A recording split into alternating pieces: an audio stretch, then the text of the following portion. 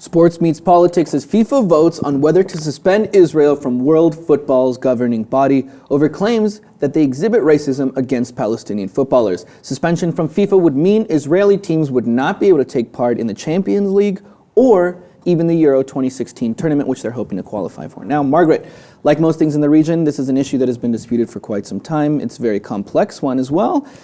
Here's basically what the PFA, the Palestinian Football Association, is complaining about. They're saying the Palestinian Football Association is accusing the Israelis of hampering its activities because of the restrictions that govern the movement of players between the Gaza Strip and the West Bank. We're talking about the players going in and out, sports equipment going in and out. Everything is controlled by Israel, and they're saying they're getting cut off by these things because it's not essentially controlled by them, and these are essential things.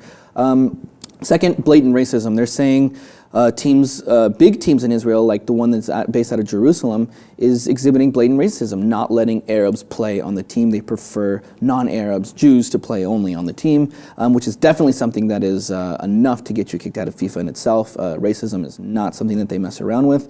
And third, they're saying that five of the teams that play in the Israeli Association are actually playing in the West Bank, and if you want to be part of FIFA, all of your club teams have to be played in your country. That is just one other rule that the Palestinians are saying that they're breaking. So we're seeing possibly next week the 209 member states, not states, but the 209 member group of FIFA will vote as to whether Israel is kicked out or if they stay. What do you think? Politics and sports mixing? Well, in this case, they certainly are. Should they? Probably not. But look, this isn't the first time the Palestinians have done this. In 2013, they raised the same travel issue that they're raising now. You know, they do have some legitimate points. They should be allowed access to the same things that the Israeli team. Equal opportunities to there play you for go. teams, yeah. I mean, but Israel is fighting back. They have their own concern. As I understand it, they feel that some Palestinian players, they are actually involved in armed conflicts, which might be a really good reason to keep them out of certain places. Israeli foreign ministry, that foreign ministry is contacting outside sports teams and venues expressing this concern about these players and suggesting that they are armed or involved in armed conflicts. And I don't know if they don't have the right to do that or not. They're certainly doing it. Blatter doesn't want to see this implode. May 29th is the deadline for this. This is coming to a head then. Vote, yeah. Wasn't a proposed peace match on the table? It was, but look, I just want to say it's easy for us to sit here and criticize the Israelis of doing all this, but it is what they claim security concerns, and like I said in the beginning, it's a very complex issue. Palestinians are seeing it as them being cut off and being oppressed. Israelis see it as just safety issues.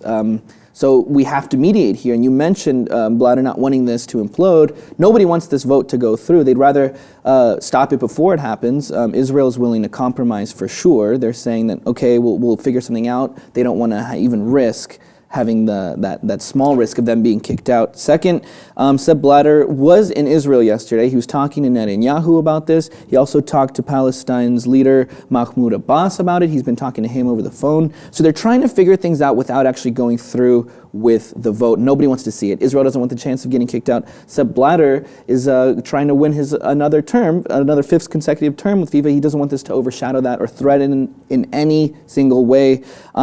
So they're trying to figure it out. What do you think? FIFA's peace accords. I mean, more power to him. Look, it's a lose-lose situation if Israel is kicked out. Period. Mm-hmm. They do have legitimate concerns. They're expressing those. I mean, do I personally feel like the Palestinians are probably being discriminated against? Of course. Come on. But let's hope they work it out. That's what I have to say about this. Let's hope that they can mediate this. I think without a doubt they will. There is precedence to this. It's happened before. This isn't the first time it's been on the table. We saw Yugoslavia kicked out in the 90s during the Civil War because of safety issues for the same reason. But usually what happens is there's a compromise and then they end up a few years later. In Yugoslavia's case, it was 2 or 3 years later that they let them back in as part of the FIFA circle. So they always figure out something. I just think this might be, another Palestinian cry for help. We saw recently they were pushing and they succeeded in joining the International Criminal Court, which was just another way to get their cause out there, and I think this is nothing different. I think this is 100% political Unfortunately, sometimes it comes out in sports. I don't think it should, but that's the way it is. Palestinians say that they've heard it all before, but Sepp Blatter is insisting that change will come now that they've actually put it on the table and a lot of people are talking about it. We want to know what you guys have to say about all this. Should politics and sports mix? Let us know in the comments below. Thank you so much for watching, and please, if you haven't already, subscribe to the Lib TV for more.